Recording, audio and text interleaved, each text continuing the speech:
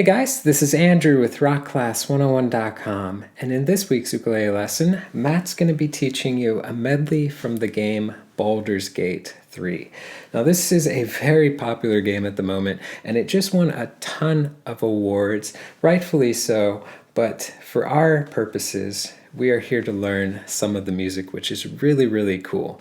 So for this arrangement, we are calling it a medley, although it really does cover just two songs. The first song is Raphael's Final Act, and the second song is Down by the River. So we are calling it a medley though, because that second song really has two separate and distinct sounding melodies in it. Now, I got a chance to play through the entire arrangement, and I have to say that this arrangement is going to be perfect for the intermediate player, but I think the big takeaway is that the first tune that you learn, Raphael's Final Act, that is played with free time. Free time essentially means that we don't have to be strictly adhered and glued to a metronome. We can be loose and we can be expressive with our playing. So if this is a new concept for you, I'd recommend you jump into this lesson that Matt taught on rubato. It gives you a few starting points with how you can be more emotional, add more of the human element to your playing. So let's take a step back though. Let's talk a little bit about this lesson. So in this video, Matt's going to teach you how to play the entire arrangement, but if you want to get the tabs to follow along and print out and keep for your records, that's going to be available at this link right here, or you can go to the site rockclass101.com and do a search for Baldur's Gate 3 medley. Now also on that page will be the really cool interactive on-screen tab viewer. Now this is a great feature where you can hit play, you can watch the tabs scroll across in real time, highlight bars to loop sections, slow it down to any speed you wish, just a great asset in learning this song that much easier. Alright, so I'm going to go ahead and hand it off to Matt to teach you how to play this. Don't forget to grab the high G ukulele, and I'll catch you at the end of the video. Hello! In today's tutorial, we're going to be learning a solo high G ukulele arrangement featuring two of my favorite themes from the hit game Baldur's Gate 3. Now, I've put way too many hours into this game myself, so being able to work on this lesson was really satisfying for me. Starts off pretty easy, gets harder as we go through, so it's really fantastic for beginner players that are looking to then take it to the next level. Let's go and dive in with the first melody here. I'm going to bring the camera down to me.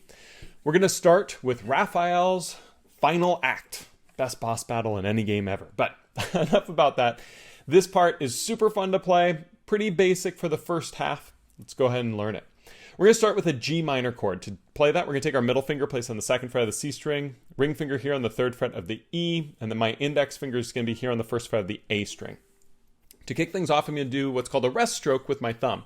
What that means is I'm going to strum my G, C, E strings, and I'm going to stop it on the A, resting it on that string. So that looks something like this. Now, after I've done this, I'm going to then play the full G minor, going all the way through all four strings. Then I'm going to play open on the A by just taking the index off. And then I'm going to play 3 on the E, which is already there. And that finishes that measure. Now I like to use the thumb picking for this first part. We're going to do some finger picking later on in the tutorial. But this first measure in time should sound something like this. 2 and 3 and 4 and.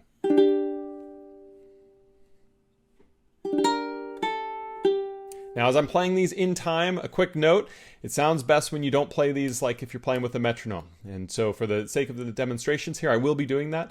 But notice when I'm playing the song, I'm playing it a little bit more by feel. It really rewards that. But let's go ahead and go to the second measure here. We're going to play an E flat chord. To do that, well, we take our G minor that we were just playing and we twist our fingernails so that they go towards our shoulder over here on our playing hand.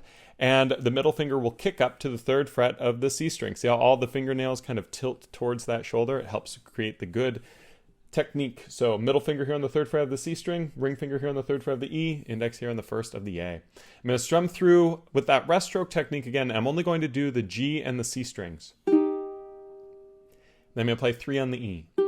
And that finishes that measure. So that should sound something like this. 2 and 3 and 4 and.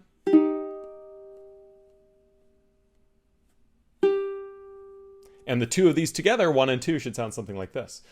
2 and 3 and 4 and.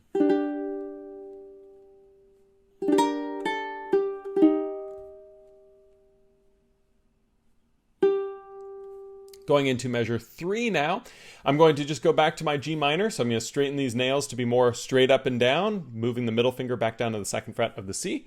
And I'm only going to play my G and C strings, doing that same rest stroke technique. And I'm going to just hold that. And that's all there is to that measure. Super straightforward. In time sounds like this. 2 and 3 and 4 and... Super easy. Going on to the 4th measure now, I'm going to play the exact same thing I did for the first measure. Identical in every way, same G minor, same rest stroke, everything's the same. So measure 4 should sound something like this. 2 and 3 and 4 and...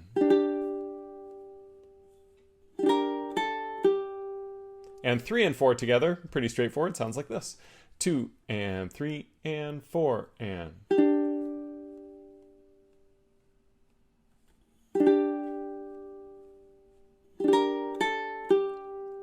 Going on to the next stanza here, we're on measure 5. We're going to be playing that E flat chord, so same thing we did before, with that middle finger kicking up and the fingers angling towards the shoulder. But now I'm going to strum through all 4 strings. And then I'm going to play 1 on the A again. And that's all there is for that measure. Sounds like this. 2 and 3 and 4 and... Going into measure 6, I'm then going to play a D chord. Now there's a couple ways you can do this. It's possible to just take these 2 fingers and slide them down to 1 fret and then add the middle finger here on the 2nd fret of the G string. Totally fine way to do it. You'll notice I usually will do it with this method. This is where my index finger actually bars across the G, C, and E and kicks up off the A string. So it's all about placing that E string right in this little divot here so that the finger can kind of bend off. That's how I like to do it, but we also can do it that way. Both ways are fine. It's just important that when we play the very last note of this measure after that, we're going to play the 3 on the G string, and we need to make sure we're barring all the way across 3 and playing that 3 on the G. You'll find out later why we're doing that, but measure 6 should look like this in time. 2 and 3 and 4 and...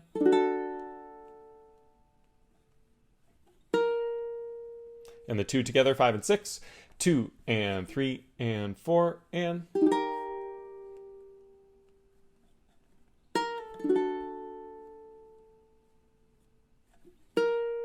And the reason we're doing this here is because when we go on to measure 7, you'll see it's a C minor 7 chord. So we're going to be fretting all the way across. And we just have to strum through our C, E, and A, and then our G string to make that measure super simple. Should sound like this. 2 and 3 and 4 and...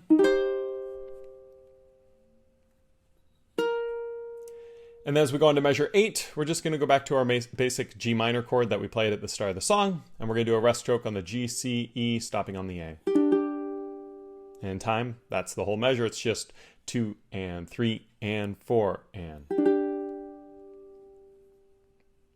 Super straightforward. Now measures 7 and 8 should sound something like this together. 2 and 3 and 4 and...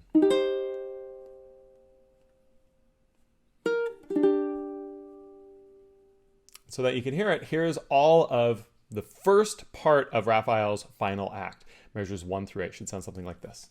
2 and 3 and 4 and...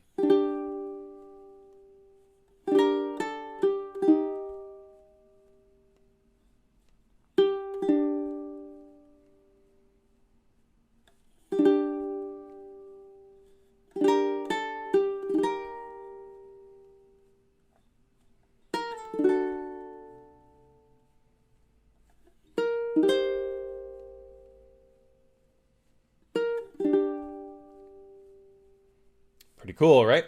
From this point, we go on to measure 9, and we're playing this melody again, but up an octave higher. This is substantially more difficult. If you listen to the original song, this is where like the organ comes in and everything. It's just too cool. I love this song. But to play this, we're going to look at measure 9. We're going to start by barring across the 10th fret of the C, E, and A strings. This G minor chord here, 0, 10, 10, 10, is going to come a lot in this arrangement and this medley. So get really comfortable with that bar there, because we're going to play it several times. For measure 9, we start by strumming those 4 strings. And then we're going to add 13 with our pinky, strum through.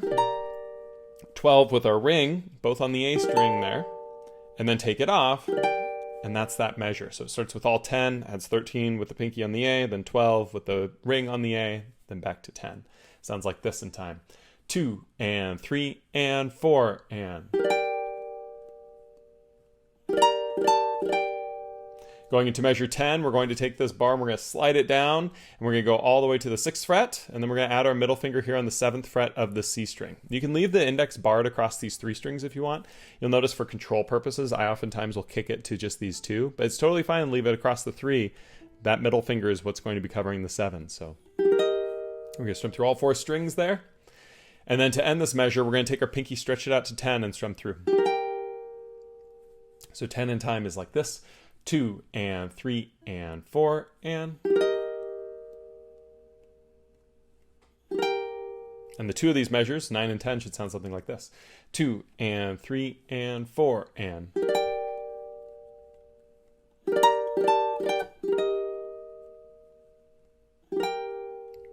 Going into measure 11, we're just going to slide this bar down again to 5. Add the middle finger here on the 6th fret of the E string and the ring finger here on the 7th fret of the C. Your index can just play the A string if you want on the 5. And you'll notice I oftentimes do that, again, just for control. But it makes a lot of sense to just leave the bar, because then you just hold the bar the whole way through. And that's all there is for that measure in time, sounding like this. 2 and 3 and 4 and. Going into the 12th measure, well, luckily for us, it's exactly the same as the 9th. It's the same G minor with all those cool high parts. So in time, 12 should sound like this. Again, the same as 9. 2 and 3 and 4 and. And 11 and 12 as a pair should sound something like this. 2 and 3 and 4 and.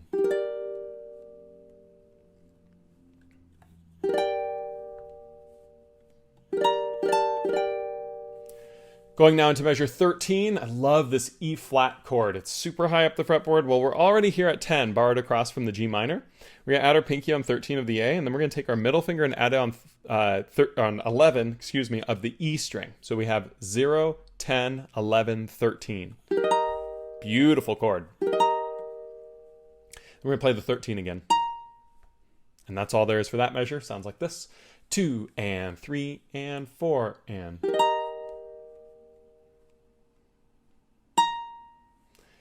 And then go on to measure 14. We're going to play, I think, the hardest chord of the song here. It's a really unique D chord. We're going to have to slide our index down to 6 on the C.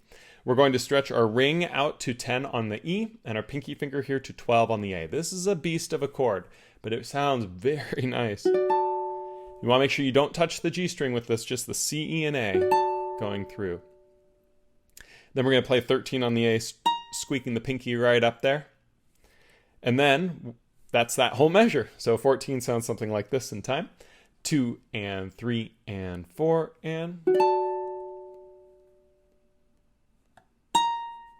And the 2 measures now, 13 and 14, the hardest of the song, are going to look and sound something like this.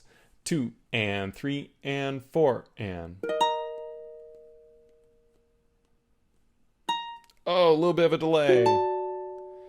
That's really common to have happen. It happens all the time when I'm working on this, because when I'm at this chord and then I gotta go all the way to this chord, it's really important to think ahead. So what we want to do is when we do that, when we're playing the 13, what I like to do is I like to visualize my pinky going down, my middle coming off, my index going to 6, and my ring coming to 10. I know that's a lot to keep track of, but when we just practice this little transition of this to this, this to this, we start to get more comfortable with it. So let's see if I can do it again, trying it a little bit more comfortably, maybe slowing it down just a tad. 2 and 3 and 4 and.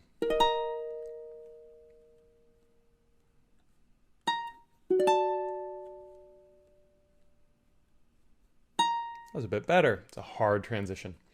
We go on to measure 15. We're going to go up to the C minor, slide the index up to 11 on the E, pinky finger here on 15 of the A, strum through all 4 strings. We're going to play 13 on the A. I like to use the ring finger there.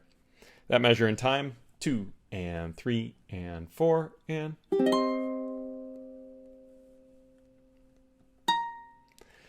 And then measure 16, just that G minor that we started with, to kind of finish this little phrase, although there is a little bit more to it that we'll talk about in a second.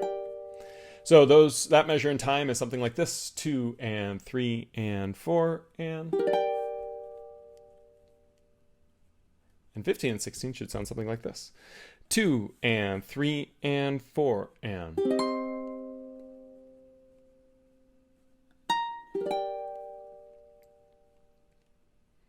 Now, before we go on to the next section, let's go ahead and hear what 9 through 16 should be. This is the octave higher version of that first melody. Again, we want to pay extra close attention to this, to this. Oof, it's a beast of a transition. And it should sound something like this when we play it through nice and slow. 2 and 3 and 4 and.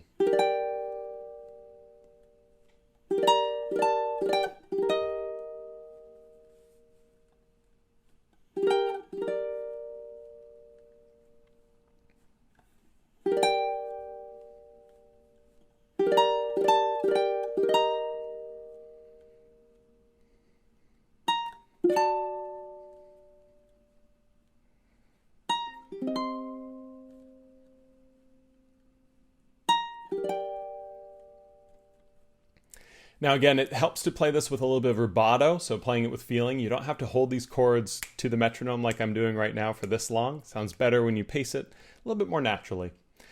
But from here we go on to measures 17, 18, 19, which is still technically part of the Raphael's final act in terms of how we are doing this arrangement, but really it's taken from the other section of the song, the Down by the River.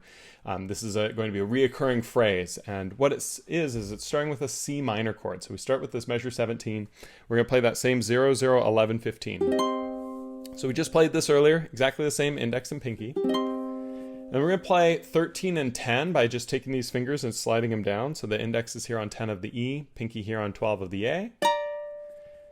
And that's that measure. Sounds like this in time. 2 and 3 and 4 and. And then we're going to go down to this A minor chord. These two fingers are going to slide down to 8 and 12. So pinky to 12, index to 8. I'm going to take the middle finger and add it on the C string, 9th fret, strum through those 3 strings, leaving the G out. Then I'm going to play 10 on the A with my ring finger. And then I'm going to use my pinky to stretch all the way here to 13 on the E string. So that measure 18 sounds like this. 2 and 3 and 4 and.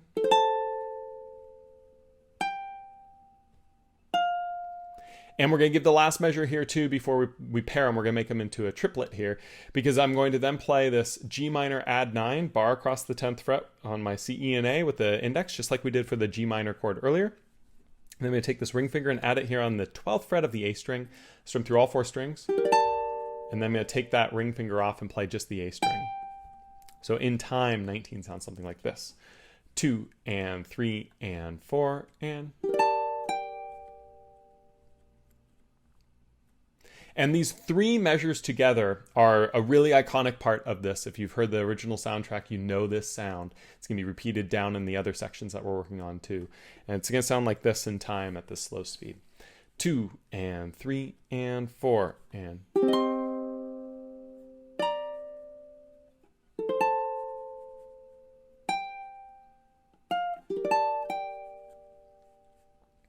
That's the down, down, down by the river. So from here, we go on to that next melody section. We're going to do the intro to Down by the River. I love playing this, and we're going to make a shift here. We were doing more of a thumb picking style. Now we're going to go to finger picking. I like to use 4-finger picking with this, 1 finger per string. We got videos of that linked down below that you can check out if you need some help with this technique. You can get away with 3-finger picking as well with this, but I prefer the 4. So we're going to start with this G minor add 9 chord. To play this, we're going to take our middle finger, place it on the 3rd fret of the G string, index on the 2nd fret of the C string, and our ring finger here on the 3rd fret of the E string. 3, 2, 3, 0. Now, we're going to be doing this little campanella effect. This is why the high G is so important with this arrangement. Up to this point, you could get away with either tuning, but this part sounds very unique. So we're going to start by plucking our C and E together, then the E, A, G, G, A. And in time, that first measure sounds like this. 2 and 3 and 4 and.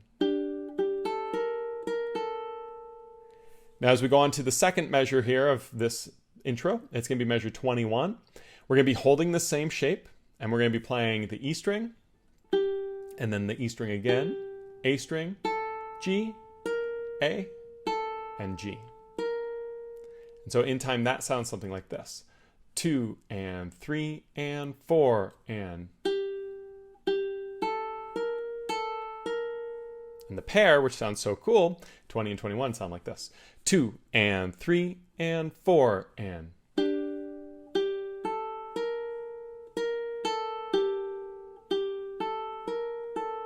getting that nice campanella sound, which means the strings are really ringing out. We go on now to measure 22. To play 22, we're going to play the index on the first fret of the E string and open on the G, and open on the G again, open on the A. Then we're going to play 3 on the G string, with our middle finger here. And play that again, and then open on the A. So that looks something like this in time. 2 and 3 and 4 and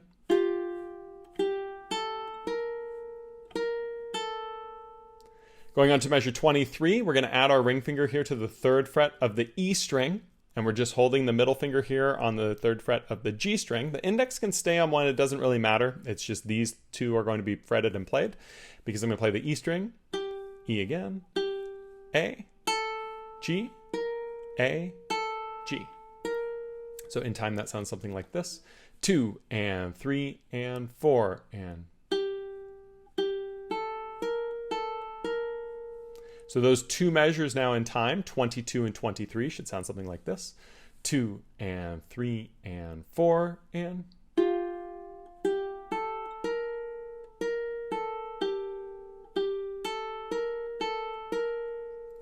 going on to measure 24, a little bit simpler, I think, because we just bar across the 3rd fret here.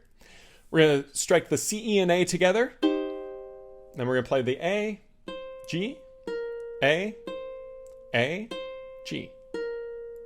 In time 24, 2 and 3 and 4 and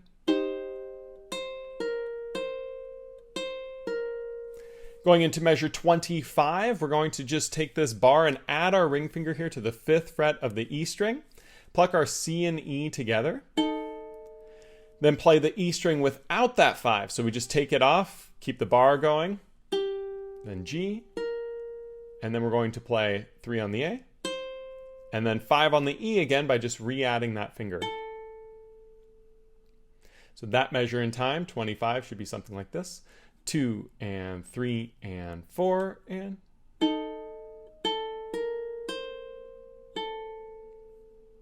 as we go on now, we're going to hear measures 24 and 25 together. They should sound something like this. 2 and 3 and 4 and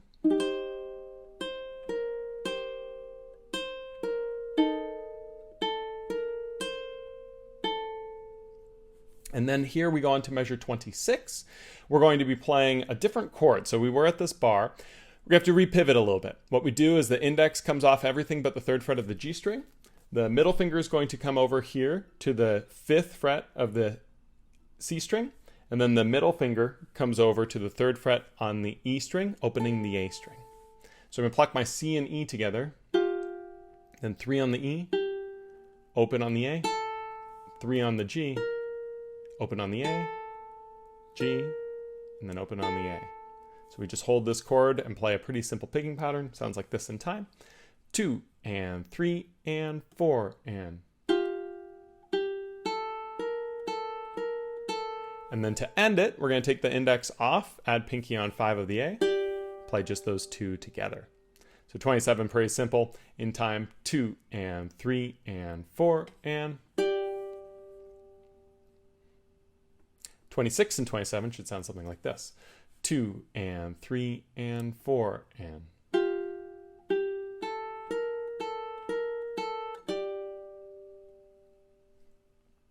so that you can hear it, here are those 8 bars of the intro to Down by the River. Should sound something like this, nice and slow. 2 and 3 and 4 and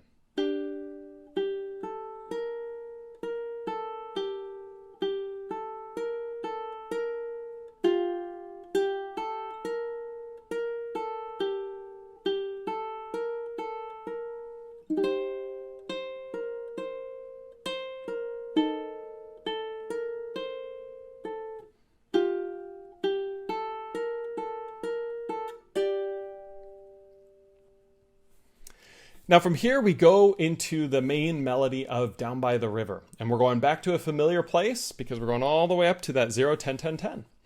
Now we're going to do a rest stroke here, stopping on the A string. That's our G minor chord. And I'm going to play 10 on the A twice. Then I'm going to play 12 on the A. And that's all there is to that measure. Sounds like this in time. 2 and 3 and 4 and. Now, we're going pretty slow right now. It does have that pace picked up a bit. So I'm going to try to play that again a little bit faster just so that you can get a good feel for this melody. 2 and 3 and 4 and.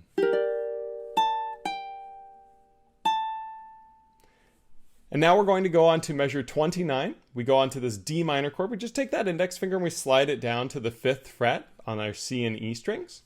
And then we're going to take the pinky and add it here on 8 of the A string. We're going to strum through those. And we're going to play 5 on the C and then 5 on the E. So 29 in time is something like this. 2 and 3 and 4 and. And then we go on to measure 30, which is almost the same as 28. Starts with that same G minor. But the rhythm's a little bit different here. And so when you're playing this, the count here on 30 goes 1 and 2 and 3 and. So it sounds like this in time. 2 and 3 and 4 and. And then as we go on to measure 31 now, it's going to be this D minor chord, but then it's going to play the 7 on the G string. So you'll notice that that ring finger is going to come on here, and then I'm going to play the 6 on the E with my middle finger, and then 5 on the E, taking that middle finger off. So 31 in time is something like this. 2 and 3 and 4 and.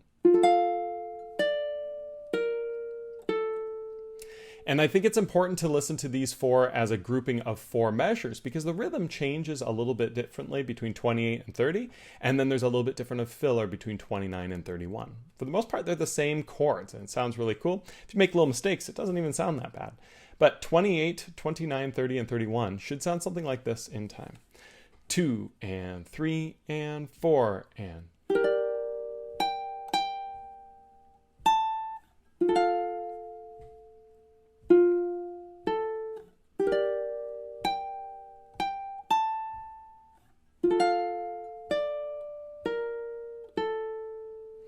Going on to 32 now, it's going to play the exact same thing we did on 28.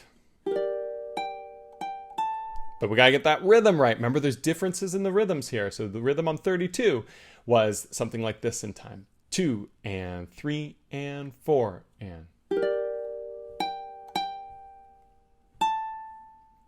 We go on to 33. You'll notice it's exactly the same as 29. So 32 and 33, exactly the same as 28 and 29. Kind of cool. From here, though, we go on to measure 34, which is going to actually be very familiar because 34 and 35 are the exact same thing that we played earlier in the song on 17 and 18 when we made the transition out of Raphael's final act. So 34 starts with that C minor up top, sliding down to the 10 and 13. And then 35 is that A minor. It's the same exact part. And before we go on to measure 36, which is kind of the continuation of that, let's go ahead and hear what these measures sound like. Now I'm going to play measures 32, 33, 34, and 35. What's cool is we've learned all these measures before. It's just looking back at the tab in different places. 32 is exactly the same as 28. 33, exactly the same as 29. 34 is exactly the same as 17, and 35 is exactly the same as 18. So just repurpose things. Sounds something like this in time.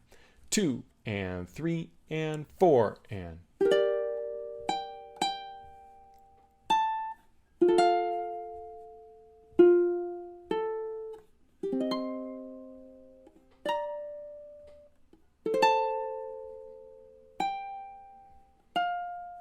And then from here, we go to something very familiar. It's that same G minor add 9, this, and going to the 10 on the A, just like we did before at the end of Raphael's final act. But we're going to add something at the end. After we've done that little 12 to 10 sequence, we're going to play a scale. We're going to play 10 on the C, and then 12 on the C.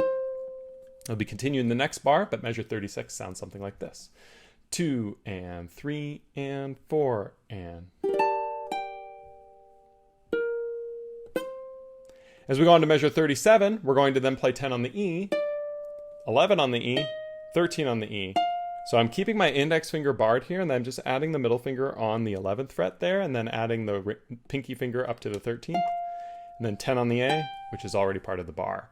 So just those 4 notes of the scale in 37 sound something like this. 2 and 3 and 4 and. 2 measures together with that little scale motif, 36 and 37, sound like this.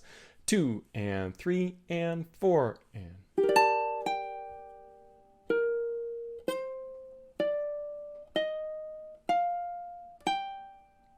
Going on to measure 38 and 39, very familiar, exactly the same as 34, 35, and 17 and 18. It's our same C minor, C minor, to the 10 and 13, to the A minor, to the 10, to the 13. Exactly the same motif that we've played several times before. So 38 and 39, just as a refresher in time, sounds like this. 2 and 3 and 4 and.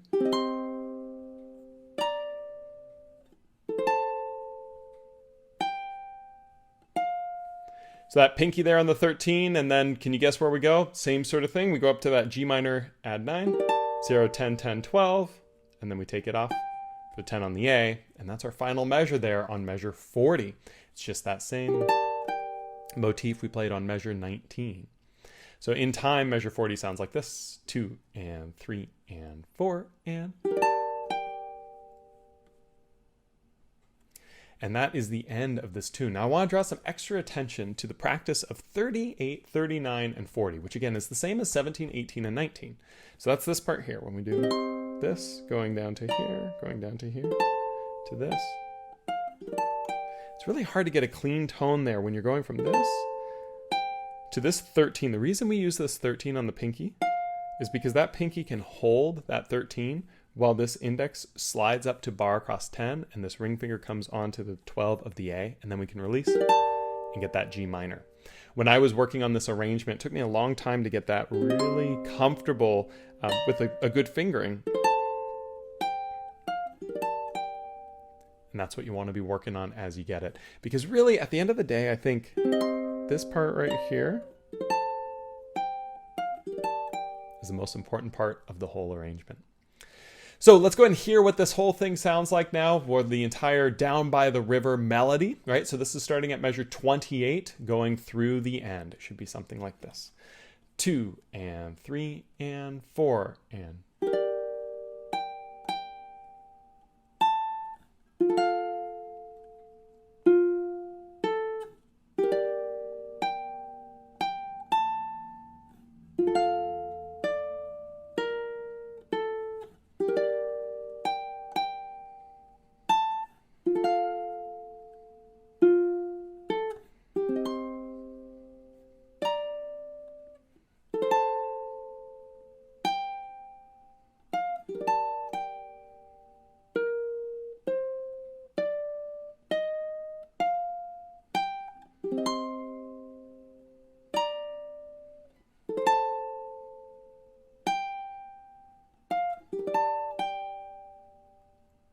And there you have it. Bringing the camera back up to me.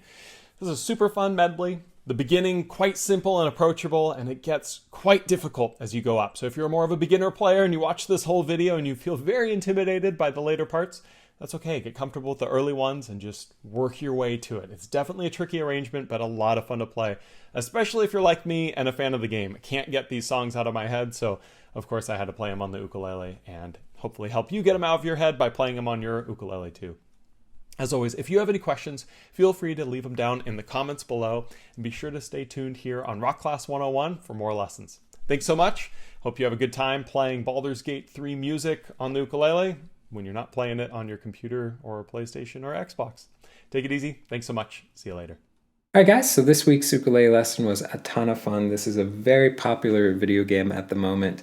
Really, really cool music. I love the first tune, and the second one has a very, very catchy chorus. If you haven't heard the original for Down by the River. Go check it out. It's got a beautiful vocal on it and just a very, very catchy tune. So guys, I wanted to give you a friendly reminder that if you did want to get the tabs to print off and keep for your records, that was available at this link right here. Or you can go to the site rockclass101.com, do a search for Baldur's Gate 3 Medley. Now also on that page was the really cool interactive on-screen tab viewer, so you can literally hit play, watch that tab scroll across in real time, highlight bars to loop sections, slow it down, all that fun jazz. So guys, again, I hope you enjoyed this week's lesson, and we will catch you in the next one. Take care.